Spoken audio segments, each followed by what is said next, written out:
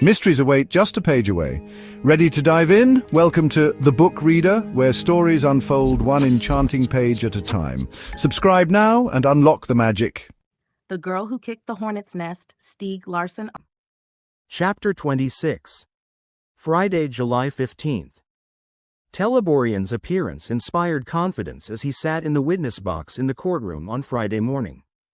He was questioned by Prosecutor Ekström for some 90 minutes, and he replied with calm authority to every question.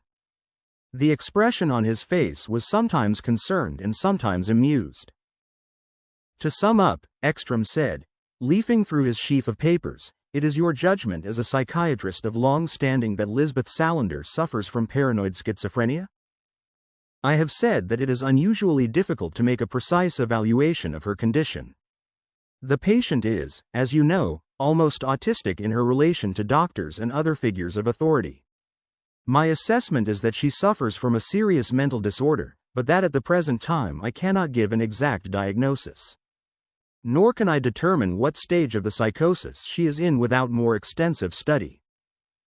At any rate, you don't consider her to be sane. Indeed, her entire history presents most compelling proof that she is not.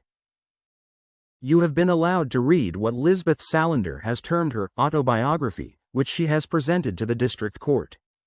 What are your comments on this?" Teleborian threw up his hands and shrugged. "How would you judge the credibility of her account?" "There is no credibility. It is a series of assertions about various individuals, one story more fantastical than the other. Taken as a whole, her written explanation confirms our suspicions that she suffers from paranoid schizophrenia." "Could you give an example?" "The most obvious is of course the description of the alleged rape by her guardian advocate Bjurman." "Could you expand on that?" "The description is extremely detailed. It is a classic example of the sort of grotesque fantasy that children are capable of.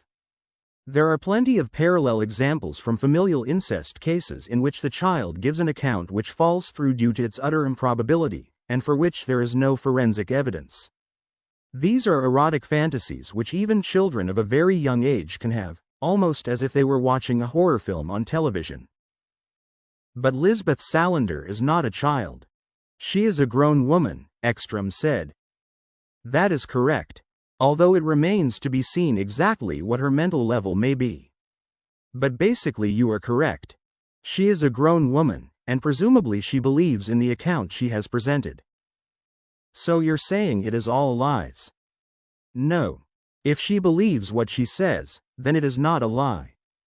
It's a story which shows that she cannot distinguish fantasy from reality." "So she was not raped by advocate Bjurman?" "No. There is no likelihood of that at all. She needs expert care." "You yourself appear in Lisbeth Salander's account." "Yes, and that is rather intriguing. But once again, it's a figment of her imagination. If we are to believe the poor girl, then I'm something approximate to a pedophile." He smiled and continued. "But this is all just another expression of what I was speaking of before. In Salander's autobiography we are told that she was abused by being placed in restraints for long spells at St. Stephan's, and that I came to her room at night. This is a classic manifestation of her inability to interpret reality. Or rather, she is giving reality her own interpretation." "Thank you. I leave it to the defense, if Fru Giannini has any questions." Since Giannini had not had many questions or objections during the first 2 days of the trial, those in the courtroom expected that she would once again ask some obligatory questions and then bring the questioning to an end. This really is an embarrassingly deficient effort by the defense, Ekström thought. "Yes, I do," Giannini said. "I do in fact have a number of questions, and they may take some time. It's 11:30 now. May I propose that we break for lunch, and that I be allowed to carry out my cross-examination of the witness after lunch without interruption?" Judge Iversen agreed that the court should adjourn for lunch. Anderson was accompanied by 2 uniformed officers when he placed his huge hand on Superintendent Nyström's shoulder outside the Master Anders restaurant on Hantverkargatan at noon precisely. Nyström looked up in amazement at the man who was shoving his police ID right under his nose. "Hello.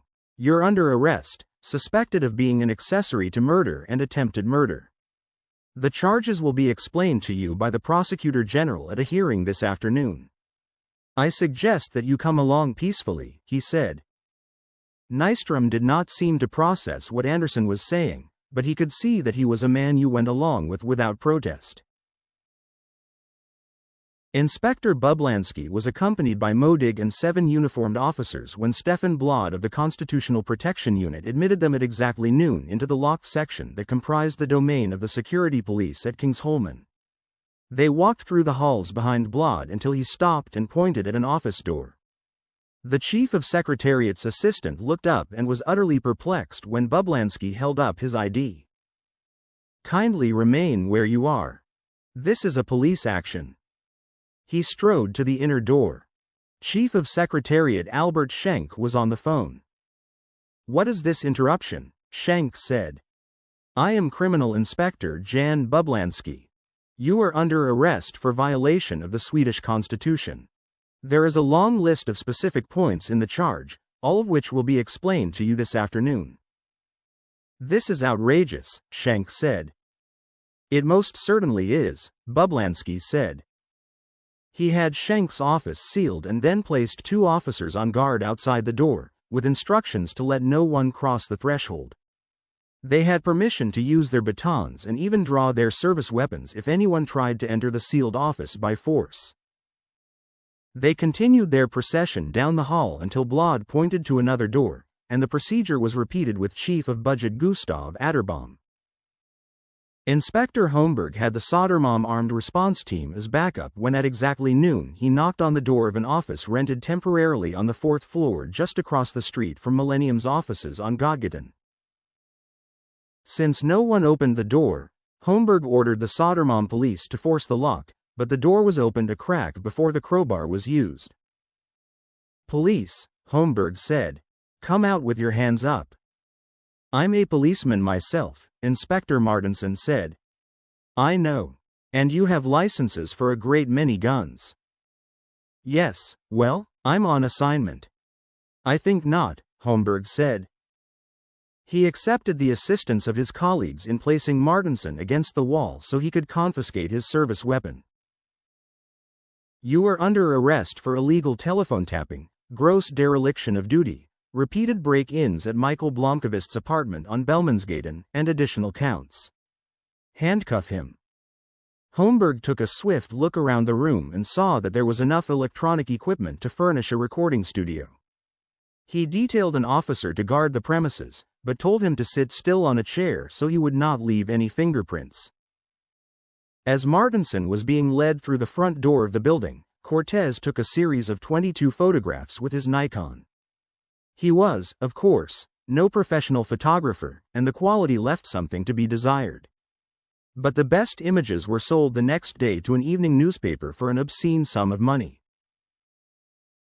Figueroa was the only police officer participating in the day's raids who encountered an unexpected incident.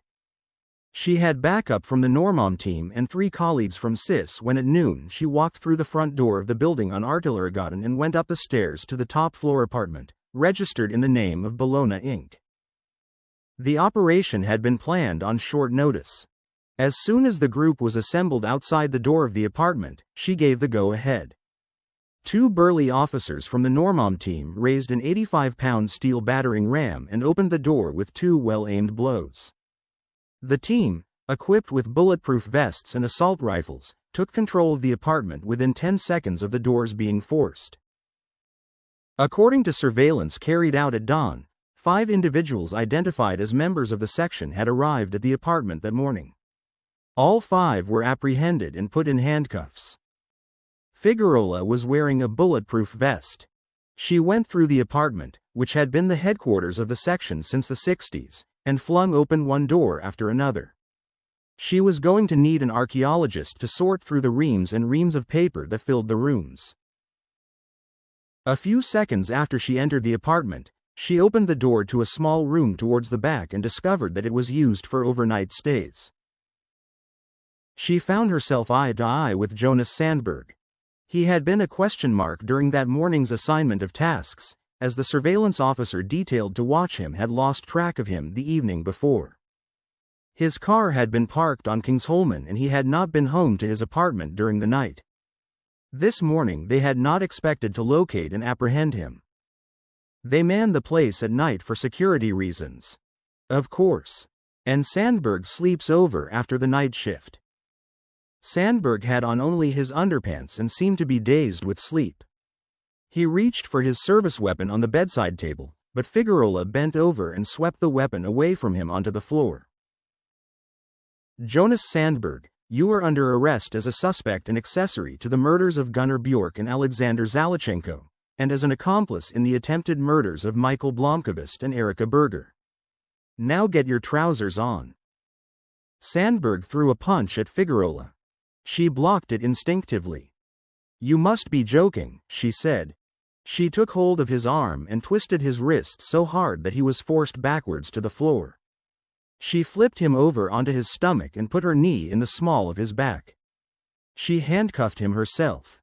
It was the first time she had used handcuffs on an assignment since she began at SIS.